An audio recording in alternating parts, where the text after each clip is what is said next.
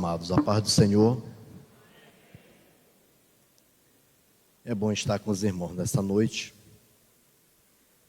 para juntos saborearmos e nos deleitarmos na presença de Deus, desta feita através da sua palavra. Eu quero ser grato a Deus por esta tão bela oportunidade que o Senhor Jesus nos concede para mais uma vez estar neste púlpito, esta tribuna histórica, para anunciar, expressar a poderosa e inerrante palavra do Senhor.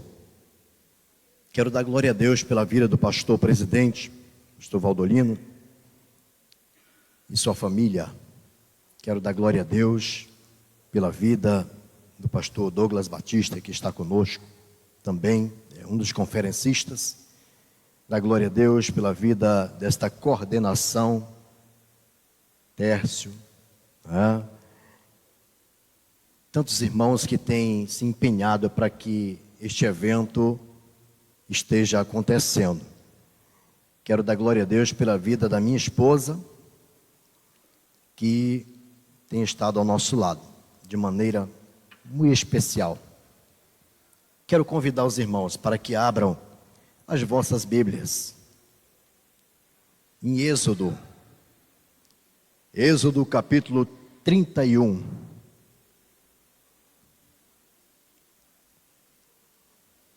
E o verso 18. Segundo livro da Bíblia, Êxodo, que significa saída, no capítulo 31, e o versículo 18.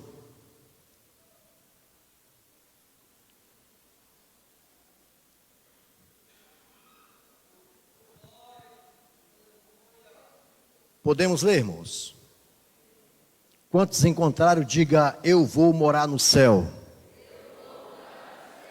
Quem ainda não encontrou, diga: aqui também não fico.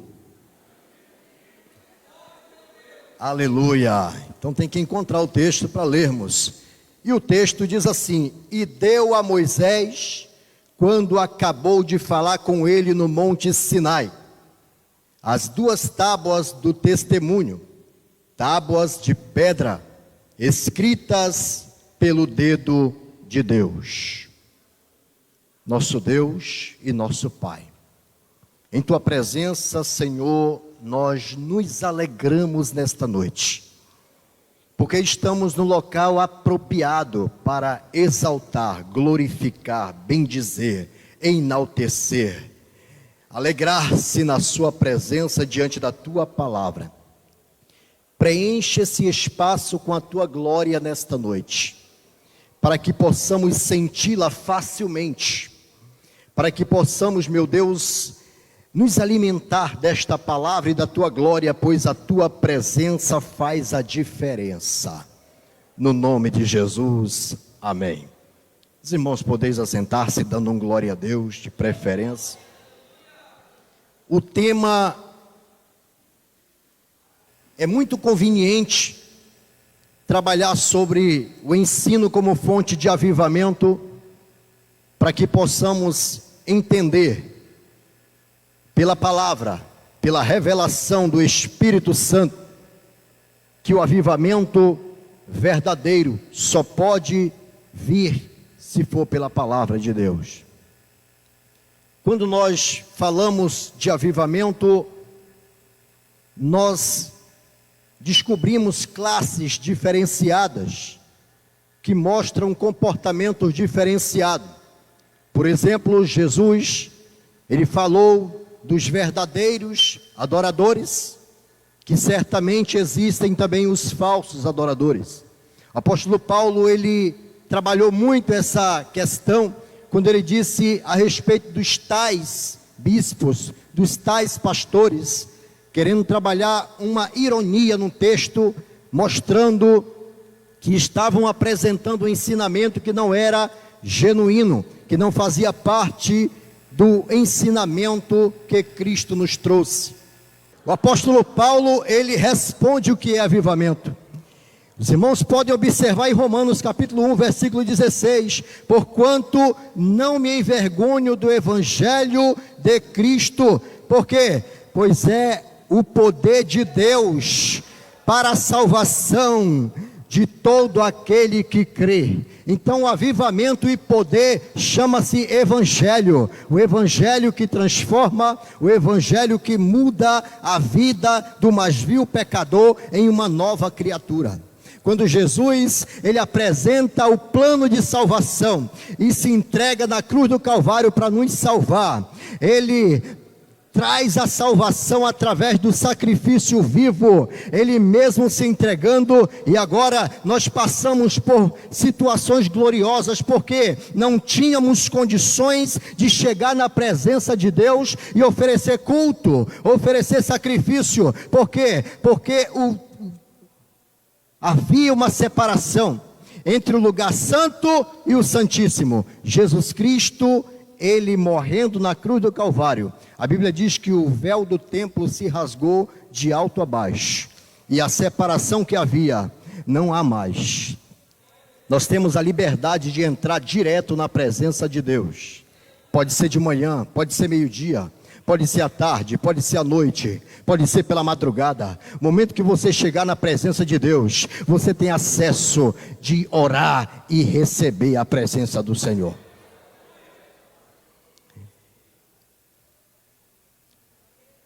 Aqui tem uma resposta a respeito do que é avivamento, de forma correta. Nós podemos ler, é o reaparecimento da igreja como agência por excelência do reino de Deus. Mais uma definição é o retorno à Bíblia, como a nossa única regra de fé e prática. Avivamento pode ser definido também como retorno à oração, como a mais bela expressão do sacerdócio universal do cristão. Não existe subterfúgios, não existe outros caminhos. Precisamos começar pela palavra, porque a palavra de Deus, ela transforma a vida do homem. Quando nós observamos essa volta incondicional à palavra, nós lembramos da reforma protestante.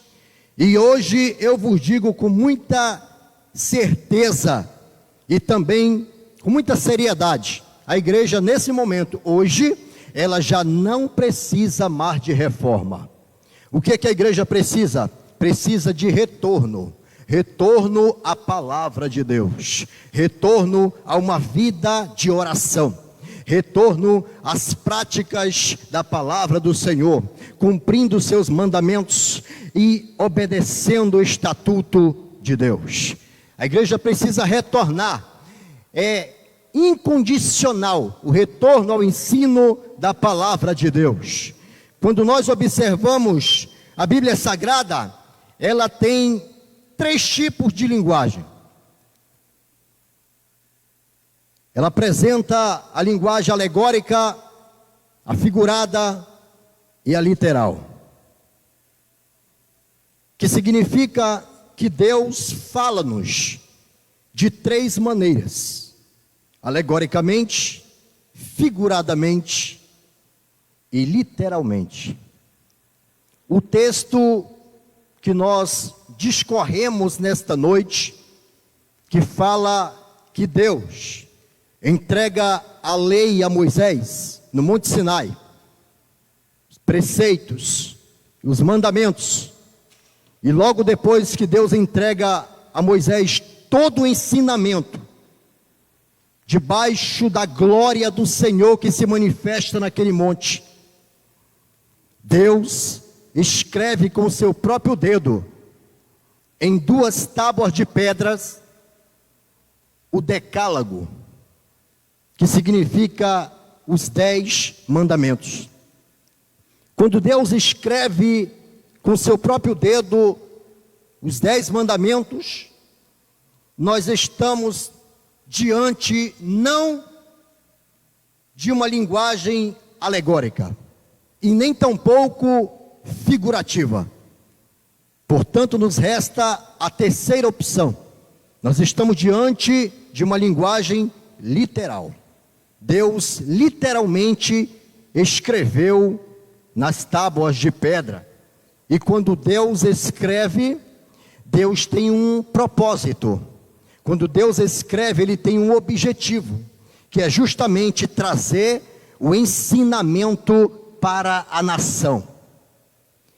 Quando Moisés, ele recebe as pedras, ali com o ensinamento que Deus escreve, nós observamos que não só essa vez Deus escreveu com o seu dedo, mas eu quero apresentar para vocês nesta noite, que Deus escreve por 3 vezes com o seu dedo. Encontramos isso na palavra de Deus. A primeira vez está em Êxodo, capítulo 31, que Deus escreve nas tábuas de pedras os 10 mandamentos. Na segunda vez, Ele escreve numa parede de um palácio, quando Belsazar reuniu 1000 dos seus convidados, e lá, em dado momento da festa, ele teve a infelicidade de mandar buscar os utensílios, as taças consagradas à casa de Deus. E quando este homem manda fazer isso, e ele bebe vinho nas taças, nos utensílios consagrados a Deus, dado esse momento, a Bíblia mostra que parte de uma mão começa a escrever misteriosamente na parede estucada do palácio. Nós entendemos pela palavra que ali era a mão de Deus escrevendo a sentença e a recompensa pela ousadia e pelo pecado de Belsazar. A terceira vez que nós vemos Deus escrever com seu próprio dedo está registrado em João, no capítulo 8, versículo 6. É quando uma mulher, ela é flagrada em ato de adultério e é apresentada pelos religiosos da época a Jesus. E Jesus, quando se depara daquela situação, quando ele diz: olha, esta mulher foi pega em ato de adultério e segundo a lei de Moisés, ela deve ser apedrejada até a morte. E Jesus começa a escrever com o seu dedo na areia. A primeira vez que Deus escreve com o seu dedo, lá em Êxodo, Ele escreve para ensinar. A segunda vez que Ele escreve na parede do palácio, Ele escreve para sentenciar. E a terceira vez que Ele escreve para perdoar. Todas essas vezes trouxe um ensinamento e trouxe uma importância para que possamos entender que Deus está no controle de todas as coisas. Quando Deus escreve com seu dedo naquelas tábuas e entrega a Moisés, Ele tem um propósito, porque Moisés foi chamado para designar um grande trabalho para Deus, uma vez que seria líder do povo hebreu, para depois se tornar judeus. É muito comum alguém confundir hebreus com judeus. Hebreus, quando sai do Egito e vai atravessar o deserto rumo à terra prometida, quando entra nesta terra, e eles se tornam judeus. E agora, eles têm uma missão. Quando Moisés foi chamado, meus amados, ele estava apacentando o gado, as ovelhas, e Deus chamou a Moisés. Observe que Deus sempre chama quando nós estamos ocupados. Sempre quando alguém está trabalhando, é que Deus gosta de chamar, porque Ele não tem compromisso com quem não faz nada. Agora, quando Moisés é chamado, Deus fala com ele dentro, através de uma sarça ardente, que queimava, mas não se consumia, e este fogo, ele chama a atenção de Moisés naquele momento, porque era comum a sarça queimar no deserto. Por quê? Porque a sarça é uma vegetação, uma plantação típica do deserto. E era comum pegar fogo. Mas o que chama a atenção de Moisés é que esta queimava de forma diferenciada. Uma vez que ela queimava, mas não se consumia. Chama a atenção de Moisés. E ainda para aumentar mais o mistério, Deus fala do meio da sarça. E ele diz 2 vezes o nome de Moisés. Ele diz: Moisés, Moisés. E o Senhor falava com Moisés. Você pode dizer isso para o seu irmão nesta noite? O nosso Deus fala. Aleluia. Moisés recebe a palavra do Senhor. Quando ele ouve a palavra de Deus, ele diz: sim, Senhor, eis-me aqui. E o Senhor disse: olha, não olhas para cá, tire a sandália dos teus pés, porque a terra que tu estás pisando é terra santa. Agora, o que é que tinha de diferente lá no Monte Horebe, onde Moisés estava?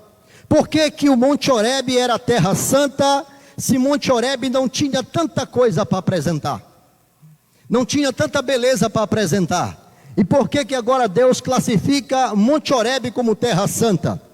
Monte Horebe era feio, Monte Horebe não tinha beleza. As plantações de Monte Horebe era sarça. Sarça é simplesmente um espinheiro, não dá flores, não dá fruto. Ninguém em sua consciência normal plantaria uma sarça no seu jardim. Ninguém. Você poderia colocar qualquer plantação no seu jardim, mas sarça ninguém leva. É por isso que Deus usou a sarça, porque quando ninguém usa outro, quando ninguém dá valor em outro, Jesus chama e enche ele de fogo. A sarça é tipo da igreja, porque estava lá desprezado, estava lá no deserto, estava passando pelo sol causticante, não tem flores, não tem vida, não tem beleza, mas Jesus chama a si mesmo, bota fogo nele e fala através dele ao povo. Então é essa a mensagem da sarça: não tem beleza, mas está pegando fogo. Aleluia. Não tem beleza, mas Deus fala através dela. Louvado seja o nome do Senhor. Moisés entende a sua chamada, e agora ele vai tirar o povo do Egito para poder trazer ensinamento, avivamento, através do ensinamento ao povo que está lá. O povo desce ao Egito, e quando desce ao Egito, desce através da caravana de Jacó. Quantas pessoas desceram para o Egito? 70 pessoas. E agora esse povo vai ser maltratado ali, vai ser chicoteado lá, vão trabalhar como escravo, mas mesmo assim, eles vão prosperar e vão crescer. Sabe por quê? Porque quando Deus está criando, não tem nada que possa impedir o crescimento. Jacó, criação. Israel, formação. Antes de ser Israel, era apenas Jacó, criação. E eu posso provar na Bíblia para os irmãos. Isaías 43, verso 1 diz assim: mas agora sim diz o Senhor, que te criou, ó Jacó, e que te formou, ó Israel. Não temas, porque eu te remi, chamei-te pelo teu nome, tu és meu. Jacó, criação. Israel, formação. Agora Deus vai formar Israel. Criou, através de Jacó, desceram ao Egito, prosperaram a si mesmo. Agora Deus tira do Egito, leva para o deserto, para poder formar.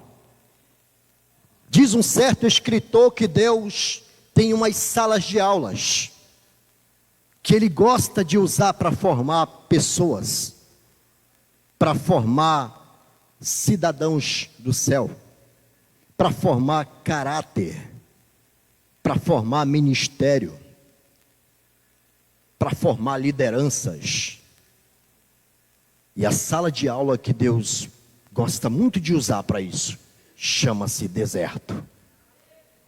Deserto faz alguém orar quando está com dor de cabeça, porque não tem farmácia para comprar remédio. O deserto faz alguém buscar a presença de Deus, porque não vê subterfúgio para poder procurar primeiro. Deserto nos ensina que a escola de Deus, ela nos leva a termos nota 10. Jacó, ele desce ao Egito, e lá está debaixo da dinastia do governo de José. Para formar Abraão, Deus manda que ele saia da sua terra e do meio da sua parentela para um lugar que ele não sabe onde é, nem onde fica. Mas Deus vai formar Abraão através dessa prova. Para formar Isaque, Deus leva-o ao sacrifício para ser aprovado por Deus. Para formar Jacó, Deus permite que Esaú persiga e que ele lute com o anjo a noite toda. Para formar Davi, foi perseguido por Saul e teve que enfrentar leão e urso e o gigante Golias. Não existe nada de graça. Não existe meio de você comprar avivamento na esquina mais próxima. Não existe como encontrarmos um caminho fácil. O caminho é a palavra de Deus. É o verdadeiro ensinamento, é a escola bíblica dominical. Pastor presidente desta igreja está de parabéns. Porque enquanto muitas lideranças estão preocupadas com tantas coisas materiais, o pastor está investindo no conhecimento da igreja, e certamente Deus está nesse negócio. Estou feliz nesta noite por fazer parte desta conferência, não porque estou palestrando, mas porque tenho aprendido, o material tem nos ajudado. Eu não vejo um outro caminho. Jesus tem uma palavra gloriosa para a tua vida nesta noite. Para formar Paulo, aleluia, ele teve que ficar cego, cair do cavalo, para poder conhecer a salvação pela graça. Não tem sido fácil, mas é preciso passar pela luta. O deserto vai nos ensinar a crescer. A nação foi criada dentro dos termos territoriais do Egito. Agora Deus vai formar e vai levantar Moisés e dar ordem para que ele tire o povo do Egito e leve para o deserto. Moisés conduz o povo hebreu pelo deserto, e Deus manda que o povo acampe-se até ali as penínsulas do Sinai. O povo fica acampado ali, e agora Deus tem um propósito nesse acampamento. Por quê? Porque nas penínsulas do Sinai está o povo acampado, e Deus vai dar uma ordem para Moisés que ele suba o monte, porque lá Deus quer falar com ele. Quando Moisés sobe o monte, leva consigo Josué. Josué fica quieto. Moisés ouve a voz de Deus literalmente. Deus apresenta a Moisés toda a lei, todos os mandamentos, preceitos e, por final, os 10 mandamentos como decálogo escrito pelo seu próprio dedo.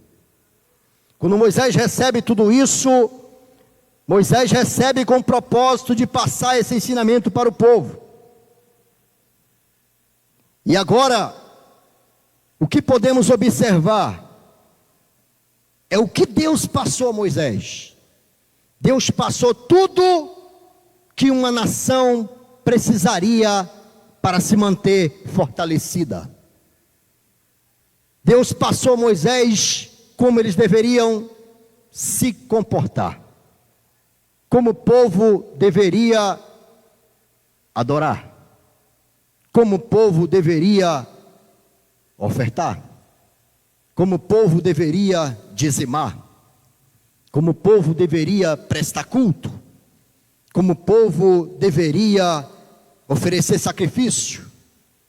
Até a dieta alimentar Deus ensinou. Vocês podem comer isso, mas não podem comer isso. Vocês podem beber isso, mas não podem beber isso.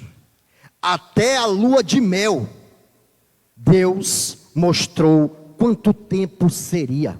2 anos. Isso é que é Deus. Não deixou faltar nada. Tudo que o povo precisava ouvir e saber, Deus entregou a Moisés. E por fim, Deus entrega as tábuas e diz para Moisés descer o monte. Quando Moisés está recebendo os ensinamentos de Deus, ele é tomado pela glória de Deus, porque a glória de Deus está naquele lugar. Quando Moisés está descendo do monte, ele vem com seu rosto resplandecente e com as tábuas na mão. É necessário dizer aos irmãos que quem confeccionou as tábuas não foi Moisés. Da segunda vez sim, mas da primeira Deus preparou tudo, porque Deus não deixa trabalho pela metade. Deus começa e Deus termina. Deus preparou as tábuas, Deus escreveu nela. É chamada de tábua dos testemunhos. Por quê? Porque ninguém poderia olhar para as tábuas e negar que fosse Deus que tivesse escrito. Ninguém poderia, porque eram letras vazadas. De qualquer ângulo que mostrasse as tábuas, dava para perceber as escrituras. Não dava para negar. Moisés estava recebendo, Josué estava testemunhando. E agora, quando Moisés desce lá, quando está chegando no pé do monte, a Bíblia mostra, através do ensinamento, que Moisés escuta um barulho muito grande entre o povo. E Josué pergunta para Moisés: o que está acontecendo? Será que esse povo está em guerra enquanto estamos no monte? E Moisés disse: não, esse barulho não é de guerra. Será que eles estão fazendo culto? Moisés respondeu: certamente que não, porque o pastor não está lá, e eu não dei ordem para ninguém começar culto. Tem algum problema acontecendo. Quando eles recebem ali, desce o monte, eles observam que o povo de Israel, que estava vindo para o deserto para aprender com Deus, o povo de Israel, que estava vindo para receber as escrituras dadas por Deus, está marchando em volta de um bezerro de ouro e adorando o bezerro, esquecendo o seu livramento que Deus deu.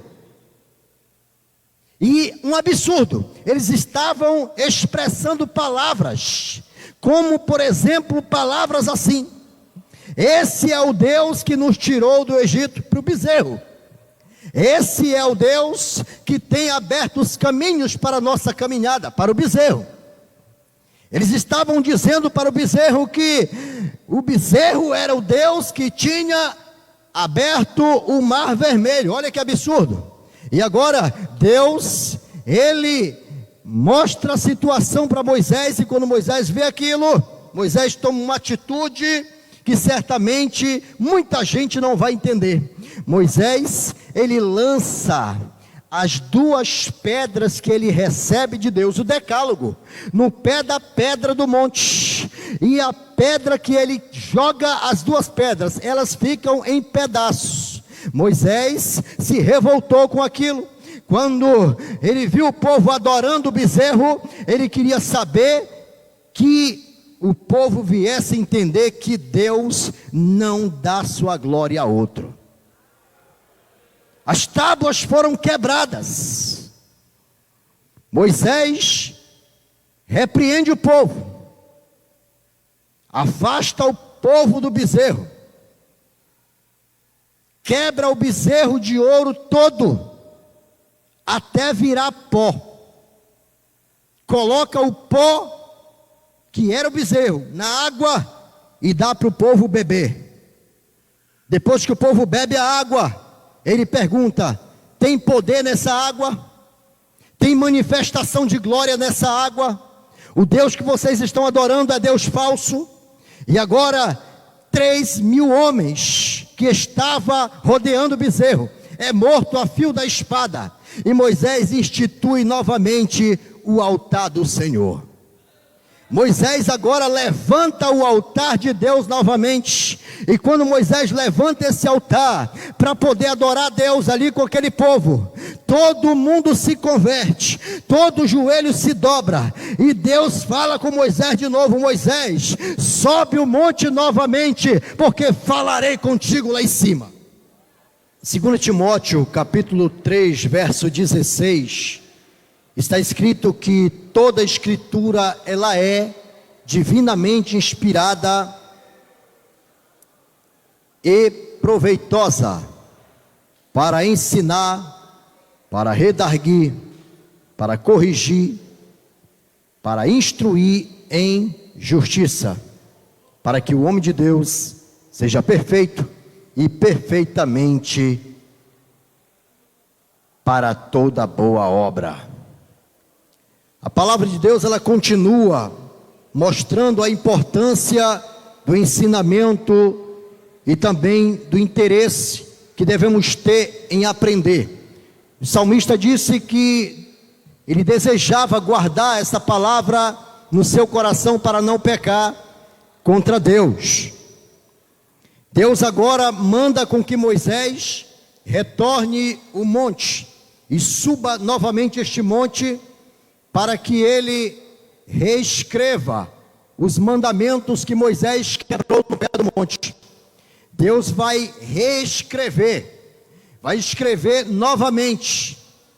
Por isso que nós deixamos a pergunta: quando Moisés fere a rocha, e depois, ao invés de falar a rocha, ele fere novamente, Deus o repreende e proíbe que ele entre na terra prometida.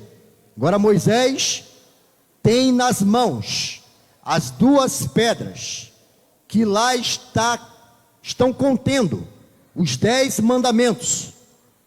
Moisés agora tem nas mãos, irmãos, a maior riqueza que alguém poderia tocar. Moisés, ele tocou nas pedras que Deus escreveu com suas próprias mãos. Moisés tem nas mãos uma riqueza que dinheiro nenhum poderia pagar. Mas como assim, pastor? As duas pedras? Sim. Se um quadro desenhado por Leonardo da Vinci vale milhões, se um quadro pintado por Monet vale milhões, quanto mais as pedras contendo os mandamentos escritos pelo próprio Deus. Tem uma validade grandiosa, e Moisés agora quebra isso. E a pergunta era: por que Deus não repreende Moisés por essa atitude? Depois vamos responder. Mas o importante é que Deus não é homem para que minta, e nem filho do homem para que se arrependa. E por isso que ele começou, ele vai terminar com este ensinamento. E diz para Moisés subir novamente o monte. Quando Moisés sobe, Deus está lá. E ele diz assim: não suba o monte sem as pedras. Da primeira vez, Deus mesmo, ele confeccionou e preparou tudo. Mas da segunda vez, Deuteronômio está apresentando isso em Números 34, que está mostrando que Moisés não deveria subir sem nada. Agora, as pedras que Deus tinha confeccionado e preparado, quem deveria preparar era Moisés. Lembra do tamanho? Sim, Senhor, lembro. Lembra da largura? Lembro. Lembra da espessura? Lembro. Pois é, prepare e traga para a minha presença 2 pedras iguaizinhas às primeiras que confeccionei. E agora Deus vai reescrever. Por que que isso acontece? Porque Deus tem um zelo pela palavra dele. Isso acontece porque Deus quer mostrar o interesse que ele tem de trazer o ensinamento e a salvação para o povo através da sua palavra. Por isso que Deus, quantas vezes necessário for, vai reescrever a sua palavra, a sua história, para poder trazer o conhecimento para o povo. Por essa razão é que Moisés sobe e não é repreendido. Por outra razão que ele não é repreendido, porque as pedras, elas representam o templo que foi derrubado, templo que os homens olharam e disseram: olha, Senhor, como é grande esse templo, como é bonito, é magnífico. E Jesus disse: não ficará pedra sobre pedra que não seja derrubado. E quando o templo é derrubado e cai, representa as pedras que também caíram. Templo é lugar de ensinamento. As pedras trazem o ensinamento através dos mandamentos. Deus agora vai reescrever. E por que Deus reescreve sem reclamar a atitude de Moisés? Por quê? Porque Deus sabe que viria a segunda oportunidade. E a Bíblia diz que a glória da segunda casa será maior do que a da primeira. Por essa razão é que Deus não o repreende. Daí Moisés está na presença de Deus, recebendo o ensinamento e trazendo para o povo. O povo agora já não vive sem palavra, o povo agora já não vive sem ensinamento, e agora tudo tem para que eles possam cumprir a vontade de Deus. Na segunda parte desse ensinamento, que é o avivamento, a volta incondicional e persistente à oração e também à santificação, nós podemos observar em Mateus capítulo 26 e o versículo 41, Jesus expressando as palavras de dizendo: vigiai e orai, para que não entreis em tentação. Na verdade, o espírito está pronto, mas a carne é fraca. Essas palavras, elas foram proferidas pelo próprio Jesus. Todas as promessas e o próprio céu estão à disposição do crente que ora. Porque a oração, ela é resultado daquilo que nós conhecemos pela palavra. A palavra, ela trouxe o ensinamento, ela trouxe o aprendizado, e quando nós ouvimos a palavra, nós acreditamos no Deus da palavra, e agora queremos conversar com esse Deus da palavra. Precisamos ter vida de oração, porque a palavra de Deus está em nós. Não podemos mais esquecer dessa palavra, a palavra que transforma, a palavra que modifica, a palavra que muda a vida do homem, porque quando a palavra de Deus chega, aí sai a confusão. Quando a palavra de Deus chega, sai todo o problema disseminado pela vida humana. Jesus chega com sua palavra e a palavra entra no coração.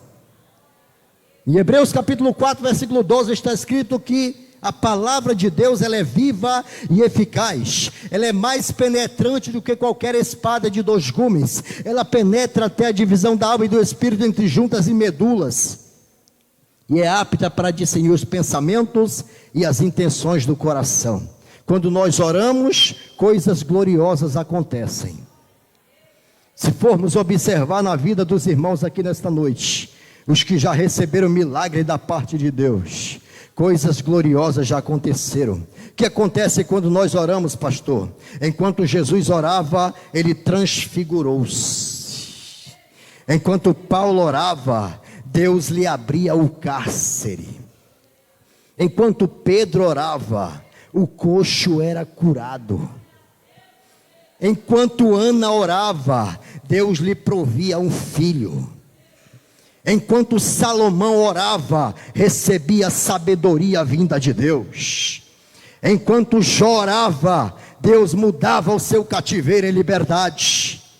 Enquanto Elias orava, recebia fogo do céu. Enquanto Israel orava, o pecado de Acã era descoberto. Enquanto a igreja orava, Pedro era liberto da prisão. Enquanto a igreja ora, o mundo não pode negar que existe um povo que está esperando Jesus nessa noite.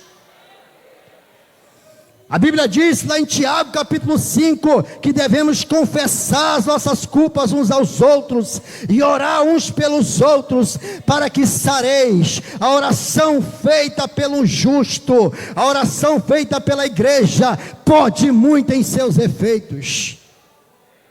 O mundo jaz no maligno, porque o diabo, ele veio para roubar, matar e destruir. Mas nós temos uma notícia boa para dar para vocês essa noite. Jesus veio para dar vida, e vida com abundância.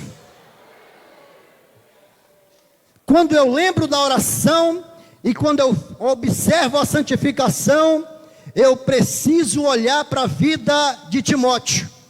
E quando eu vejo a vida de Timóteo, eu vejo que Timóteo, ele experimentou através da oração e de uma vida transformada pelo Evangelho de Cristo, experimentou o conhecimento da salvação pela graça. E quem conhece Jesus na sua totalidade, nunca mais o larga. Disse um certo escritor: quem conhece Jesus na sua totalidade, nunca mais o larga. Quando você vê alguém sair da igreja,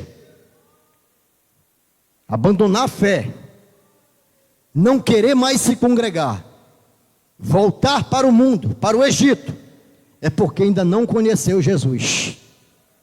Conheceu a igreja, conheceu o departamento que cantava, conheceu o púlpito que até pregava, mas não conheceu Jesus. Porque quem conhece Jesus verdadeiramente é liberto. A Bíblia diz isso: e conhecereis a verdade, e a verdade vos libertará. Conhecer Jesus não está relacionado simplesmente a ouvir falar de Jesus. Conhecer Jesus é algo mais profundo. O Antigo Testamento apresenta a palavra conhecer como a intimidade de um casal. Abraão conheceu Sara e gerou Isaque. E conhecer Jesus verdadeiramente não é simplesmente ouvir falar de Jesus, é você sentir Jesus dentro da tua vida, e a tua vida dentro da vida de Jesus. A Bíblia apresenta esse conhecer como uma vara ligada na videira. Não é uma vara colada na videira, é ligada. E se ela está ligada, ela recebe a vitamina que vem da árvore e dá fruto, e para a glória de Deus. Timóteo conheceu o verdadeiro evangelho através de Paulo. Quando Paulo viajou para a cidade de Listra, Timóteo estava lá, conhecedor da lei. Era um jovem que vivia aos pés da sua mãe Eunice, e a sua mãe ensinava Timóteo, mas não conhecia o verdadeiro evangelho ainda. Quando Paulo chegou apresentando o evangelho de salvação, o evangelho pregado agora para poder transformar a vida, porque se o evangelho que nós vivemos não nos transformar, esse evangelho não é verdadeiro. O evangelho que você está vivendo precisa transformar a tua vida. Quem mentia, não mente mais. Quem enganava, não engana mais. Quem contava piadinha sem graça, não conta mais. Agora recita versículo, prega a palavra, anuncia a salvação de Cristo. Existe agora evangelho pregado que parece que não surte mais efeito. Evangelho da prosperidade, evangelho do oba-oba, onde as pessoas chegam palhaço e continuam fazendo palhaçada. Mas o evangelho que eu prego, o palhaço se torna pregador da palavra de Deus. Era palhaço, agora não é mais. Teve uma vida transformada.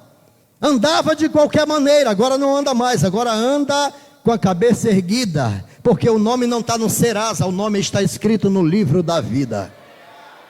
Aleluia, louvado seja o nome do Senhor. O nome não está em qualquer lugar, o nome está no céu. Aleluia. Inclusive eu preciso dizer aos irmãos que eu conheço uma receita especial para você saber se o seu nome está escrito lá no livro da vida. Tem muita gente que ainda não sabe. É preciso saber, o seu nome está no livro da vida. Aleluia, está escrito lá. Paulo, quando prega a cidade de Listra, leva o evangelho verdadeiro que transforma a vida. Não é um evangelho que apresenta a chave de apartamento. Não é um evangelho que apresenta a chave do carro do ano. É um evangelho que gera dores, mas no fim a vida eterna.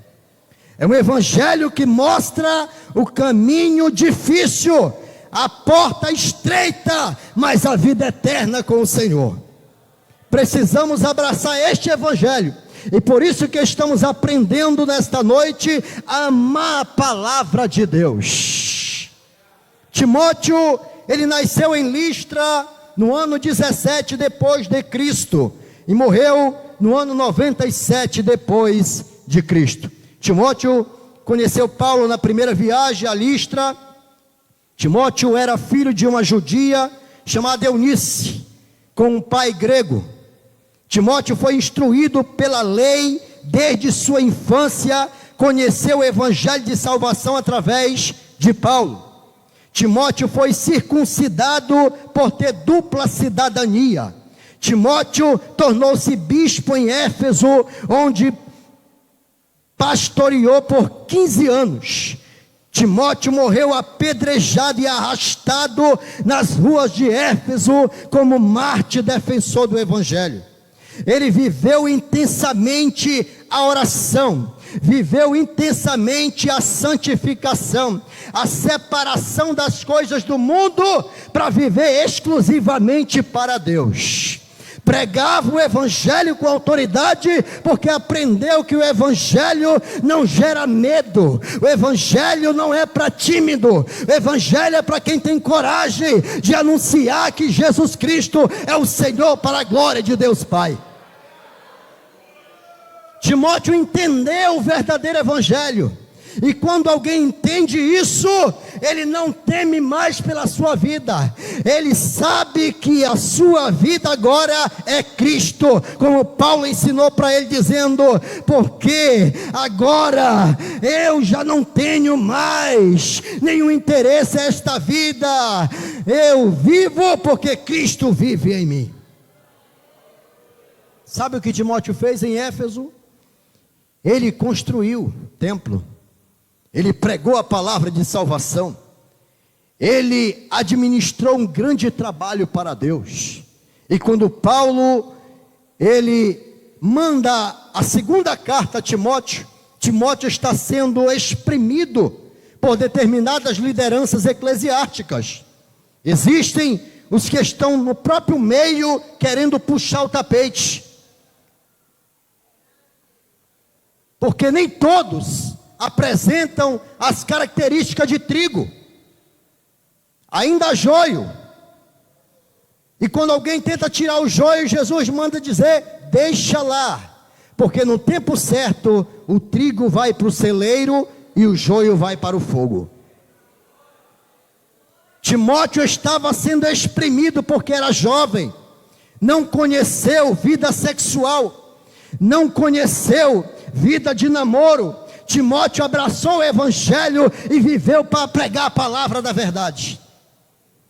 Estava sendo espremido por lideranças, e o povo querendo tirar ele de lá. E quando Paulo manda a mensagem para ele pela segunda carta, Paulo diz assim, aguenta firme, ninguém despreze a tua mocidade, mas seu exemplo, Timóteo, exemplo em quê? Na palavra que eu te ensinei, no trato, na santidade, no amor, e mais importante, na pureza que fala de santificação.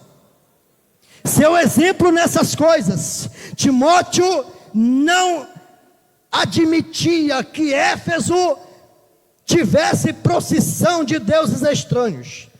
Por quê? Porque ele era um verdadeiro missionário. E quando Timóteo enfrenta isso, é como se você estivesse em Belém do Pará e fosse acabar com a procissão do Sírio. Timóteo fizeram uma procissão em Éfeso muito grande para adorar deuses pagãos.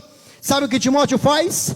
Ele entra no meio da multidão, quebra os deuses estranhos e diz, Éfeso é do Senhor Jesus, essa cidade é de Jesus de Nazaré. Sabe o que fizeram com ele?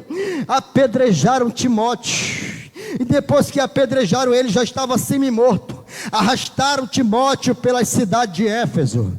Algumas ruas daquela cidade, ela era composta por paralelepípedos pontudos, que ficavam salientes. Amarraram Timóteo numa carruagem pelos pés, e eles saíam correndo com a cavalaria, e o corpo de Timóteo pelas estradas, ficando pedaços no paralelepípedo. E Timóteo, enquanto estava sendo arrastado, dizia: Deus, perdoa-os, porque não sabem o que fazem.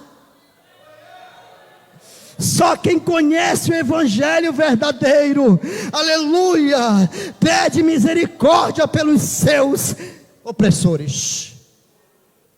Isso vai gerar salvação nas vidas, porque Timóteo morreu, mas o seu nome estava escrito no livro da vida. Timóteo morreu, mas hoje eu estou pregando sobre Timóteo, aleluia.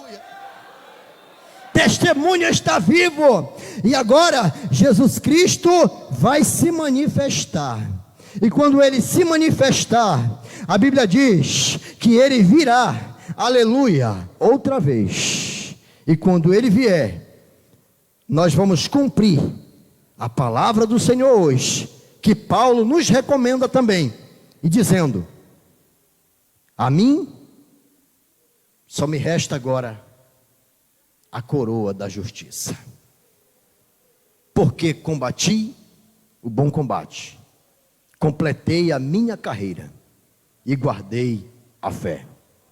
Esta coroa que Paulo estava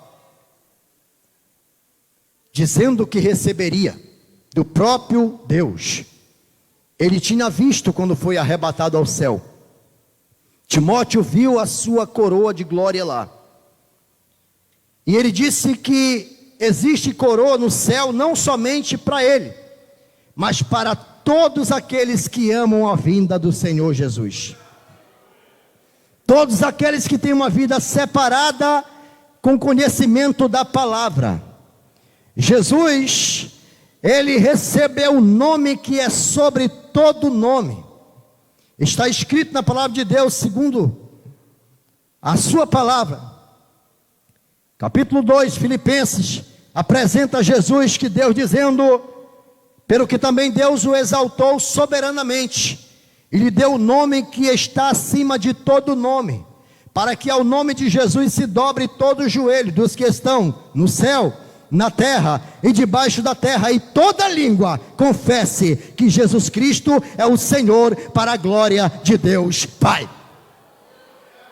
Ele é Senhor, aleluia. Tem muita gente querendo mudar essa expressão de Senhor Jesus, para colocar você, para colocar o cara lá de cima. Jesus não é o cara lá de cima, Jesus é o Senhor, Rei dos reis e Senhor dos senhores.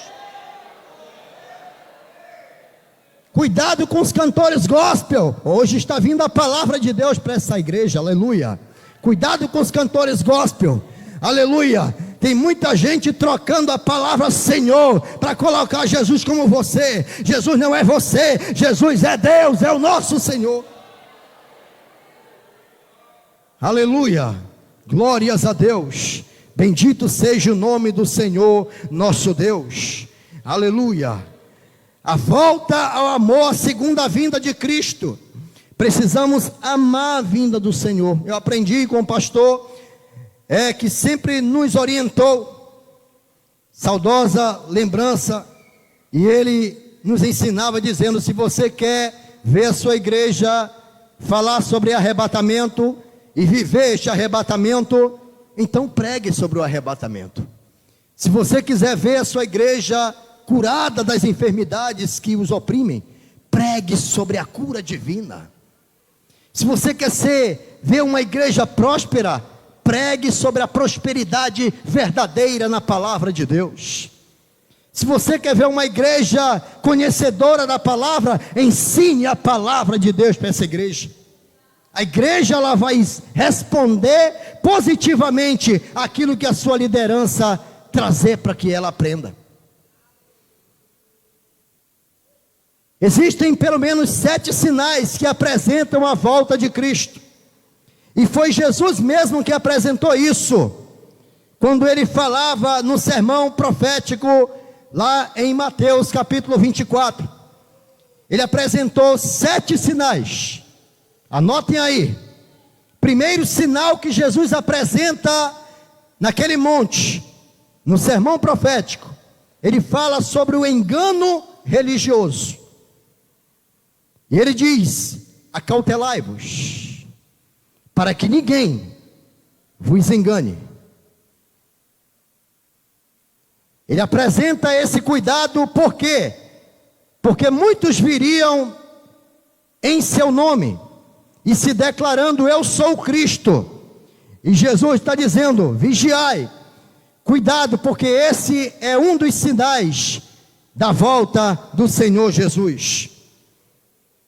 O segundo sinal fala sobre guerras e rumores de guerras. Nunca se ouvimos tanto sobre este assunto.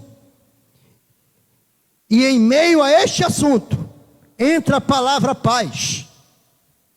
E Jesus disse: quando ouvirdes falar de paz, quando a ONU, Organização das Nações Unidas, estiver reunindo para falar de paz, quando a liderança do Vaticano estiver querendo reunir para falar de paz, estejais atentos. É interessante, falam de paz e invertem em guerra. Jesus apresenta esse mais um sinal quando ele diz: terremotos. Só no século 20 aconteceram mais terremotos do que todo o resto da história humana. Terremotos estão anunciando a volta gloriosa do Senhor Jesus. As pedras estão falando. A igreja precisa falar mais do que as pedras. A igreja precisa anunciar sobre isso mais do que as pedras, porque Jesus nos deu um imperativo. Ele disse: pregai o evangelho a toda criatura, aleluia, para que todos possam vir ao conhecimento da verdade. Outro sinal da vinda de Jesus seria as pestilências, que envolve doença e fome. Estamos vendo aí todos os níveis de doenças incuráveis. Surgiu a AIDS, o Ebola, e agora todos estão com muito medo desse novo vírus, do corona. Cuidado, isso não é outra coisa senão mais um sinal da volta do Senhor Jesus. Eu tenho um vídeo a apresentar aos irmãos em 3 minutos, que vai falar sobre a implantação do reino do anticristo. E eles vão observar esse vídeo, os irmãos. Mas eu preciso ainda falar sobre o 5º sinal, o esfriamento do amor. Daí a necessidade do pastor Valdolino, presidente desta igreja, juntamente com a sua equipe de líderes da escola bíblica dominical, estarem preocupados de trazer ensinamento para a igreja de hoje. A geração do arrebatamento não ficará sem conhecer a verdade sagrada, para que ninguém se perca, aleluia. O esfriamento do amor, diz a palavra de Deus, que por se multiplicar a iniquidade, o amor de muitos, ou de quase todos, esfriará. E quando o amor esfria, é preciso pegar fogo de novo, aleluia, para avivar. O 6º sinal da volta de Cristo fala sobre apostasia. Apostasia nada mais é do que abandono da fé. E aí é necessário a igreja estar pronta para anunciar o verdadeiro evangelho, para que ninguém possa perder a salvação. E o 7º sinal é a figueira florescida. A figueira fala de Israel, e tem muita gente que não está olhando para Israel. Jesus disse: olhai para a figueira e para todos os ramos. Quando seus ramos estiverem brotando, estejais espertos, atentos, porque é chegado o verão. O verão fala do dia terrível do Senhor. O verão fala do grande dia que o Senhor voltará. O verão fala do encontro do Senhor com Israel. E a igreja que está preparada não tem medo de arrebatamento. A igreja não tem medo do arrebatamento. Quando alguém prega sobre juízo final, milênio, tribunal de Cristo, grande ceia, isso não assusta quem tem convicção de salvação. Só assusta pessoas que continuam comprando e não pagando. Só assusta pessoas que não têm uma vida digna na presença de Deus. Precisamos ter um nível glorioso de servir ao Senhor. Aleluia. Eu preciso que os irmãos assistam.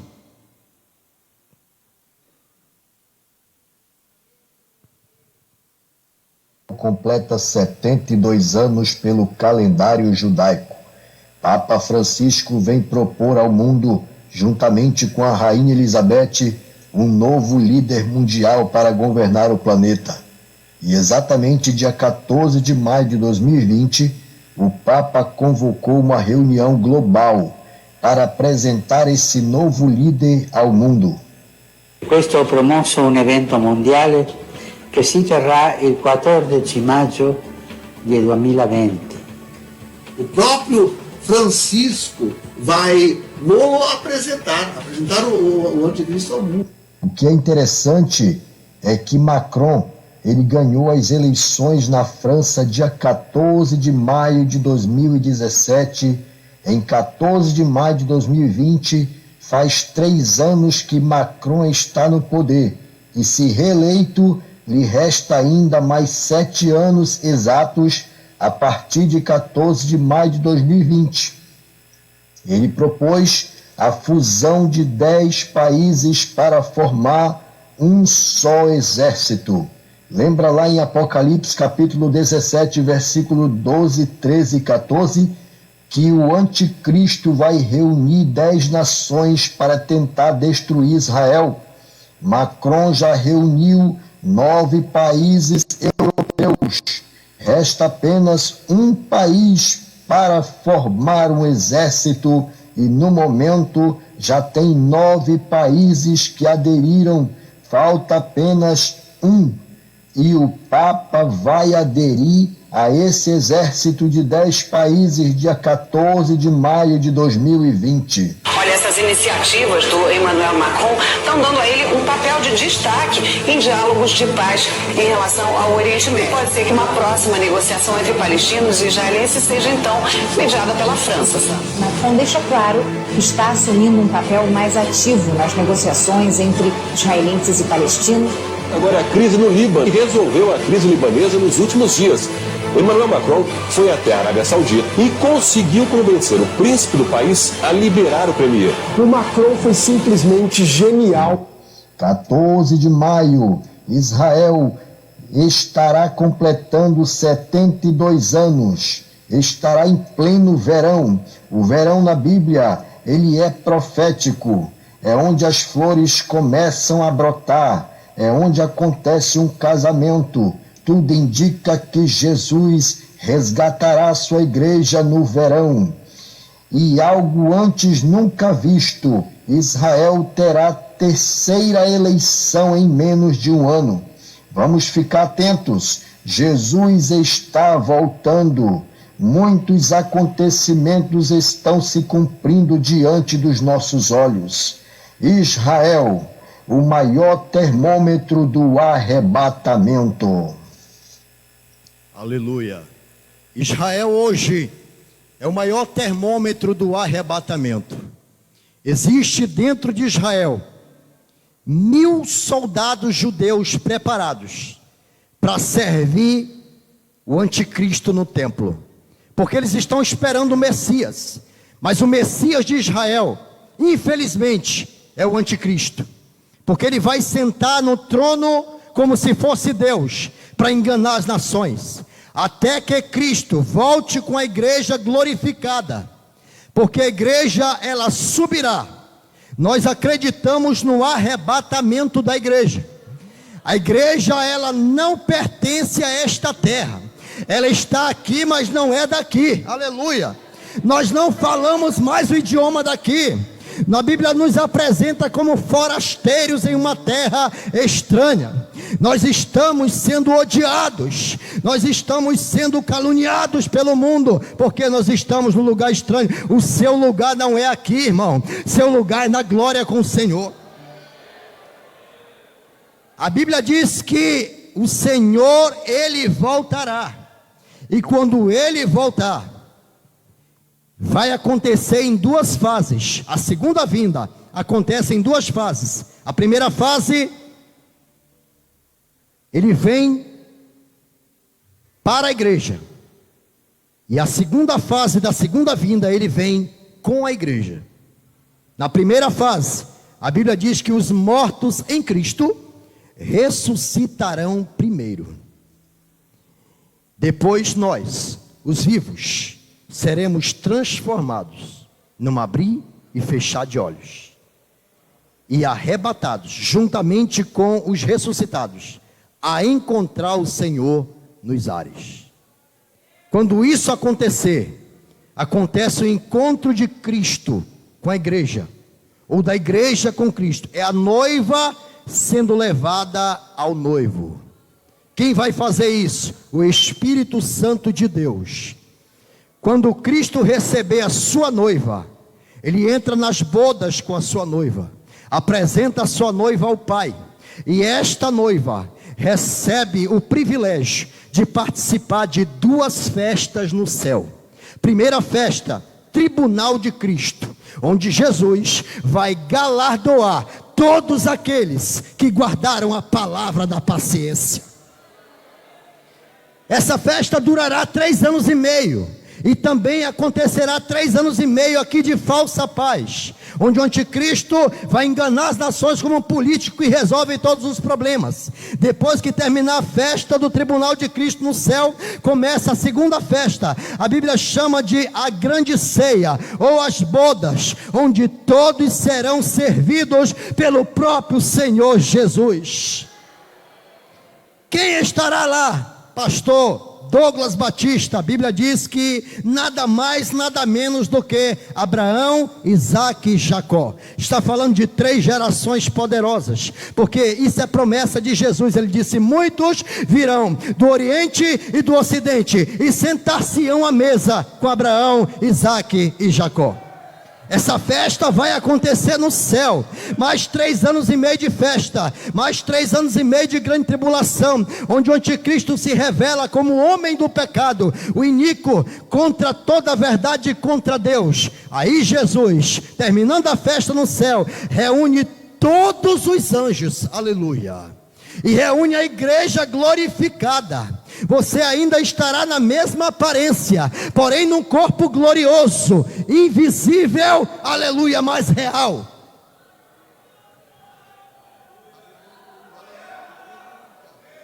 Qual é o corpo que a igreja vai receber após a sua transformação? É o mesmo corpo que Cristo recebeu após a sua ressurreição.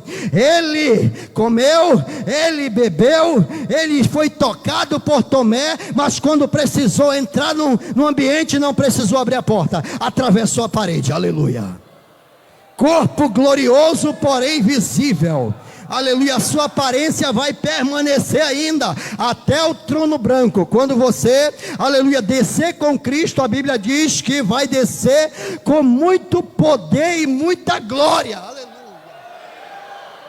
Jesus vai descer com muita glória. Já não vem mais como filho do carpinteiro. Jesus já não desce mais agora, aleluia, para ser batizado por João Batista no Rio Jordão. Jesus agora, ele vem montado num cavalo branco, aleluia, e ele é poderoso para julgar. A igreja estará com ele. A igreja estará louvando, engrandecendo. A Bíblia diz que quando Jesus descer em Jerusalém, Jesus vai descer em Jerusalém com a igreja. Você pode tocar no seu irmão e dizer assim: você vai para Jerusalém, irmão, aleluia. Você vai para lá, aleluia. A passagem já está com... aleluia. Você vai para Jerusalém, vai descer exatamente no Monte das Oliveiras. Quando Jesus descer ali, ele tocar o seu pé no Monte das Oliveiras, dessa vez ele desce e toca o pé. A Bíblia diz que o monte se fenderá, e dos pés de Cristo vai nascer uma fonte de água cristalina, e vai correr pelaquela vala, até tocar no Mar Morto. E o Mar Morto, que não dá vida, vai dar vida para alimentar crente no milênio. Israel reconhece Jesus como aquele que foi crucificado. Muitos se rendem a Cristo e passam para o lado da igreja. E os que se levantarem contra Cristo, vai travar aí a batalha do Armagedon, no Vale do Megido. E Cristo, ele cumprirá a sua palavra, que será o nosso general de guerra. Jesus agora não vem mais para poder ouvir história. Jesus vem agora para julgar as nações, aleluia.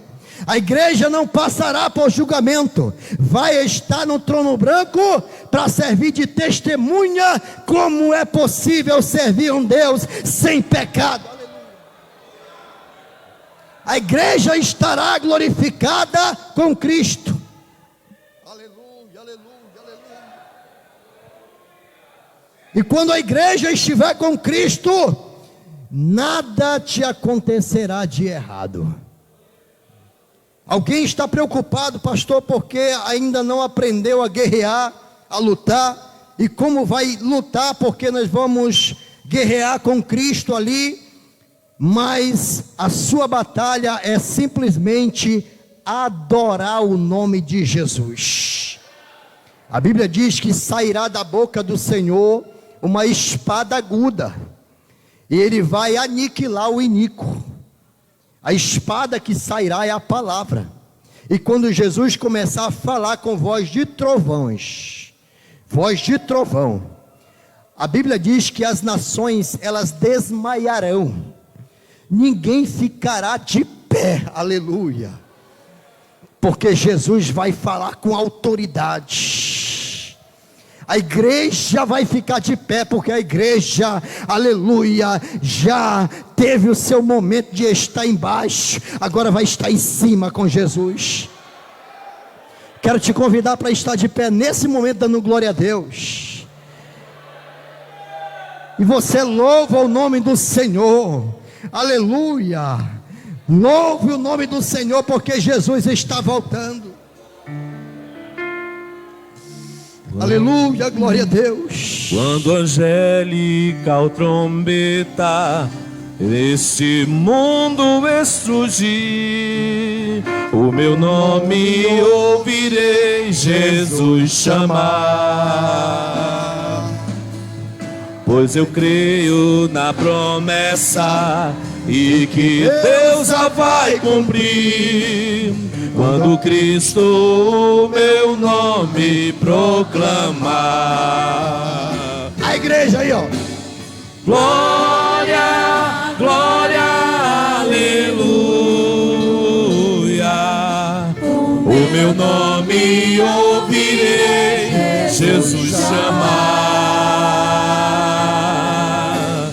Glória, glória, aleluia. Eu espero ouvir Jesus a me chamar. No céu.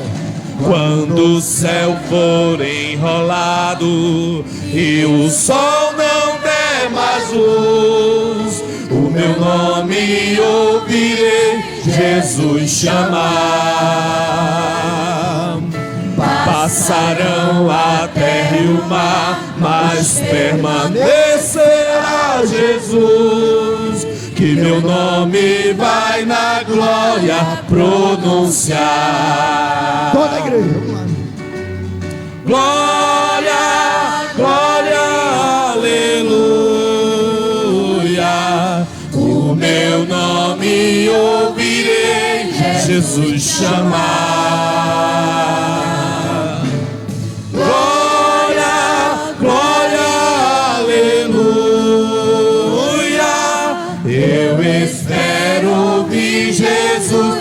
a me chamar. Oh, que música suave há de ser pra me ouvir. O meu nome Jesus Cristo anunciar. Oh, que gozo vai minha alma lá nos altos céus fluir, quando Cristo o meu nome proclamar. Glória, glória, aleluia. O meu nome ouvirei Jesus chamar. Glória, glória, aleluia. Eu espero ouvir Jesus a me chamar. Sinta a presença de Deus. Aleluia, nosso Deus e nosso Pai. Ó Senhor, é bom sentir tua presença neste lugar. É bom estar em oração, Jesus. A tua igreja ora, a tua igreja clama, a tua igreja se alegra, a tua igreja se regozija, a tua igreja sente a tua presença nesse lugar. É a igreja do arrebatamento, é a igreja que vai subir para a glória, é a igreja que já confessou seus pecados, é uma igreja que vive a verdade do Evangelho e está dizendo: ora vem Senhor Jesus.